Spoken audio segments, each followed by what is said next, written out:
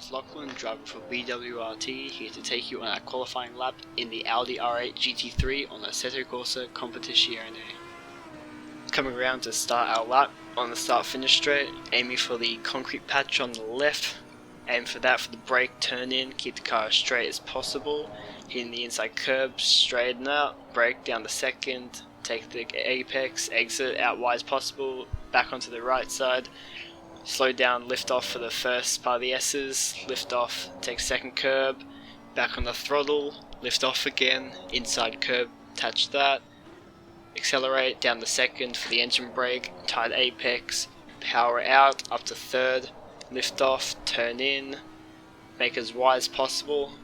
start taking the curve tighter and tighter up to fourth, up to fifth, setting up Degner 1, round 60, brake down the fourth, using as much curb as possible, as much exit as possible, down to the second, much curb inside, much exit outside. Now setting up this right hander, be as wide as possible on entry, straighten out on the brakes, down to first, hit the mid corner apex, power out in the middle of the corner, start setting up your steering rotation through this whole bend, set up the spoon curves, taking that inside curb ever so slightly on the brakes just before the AstroTurf, down the third, turn in, tapping the accelerator, back down the second, turn in, apex and power out to the outside AstroTurf, straighten up,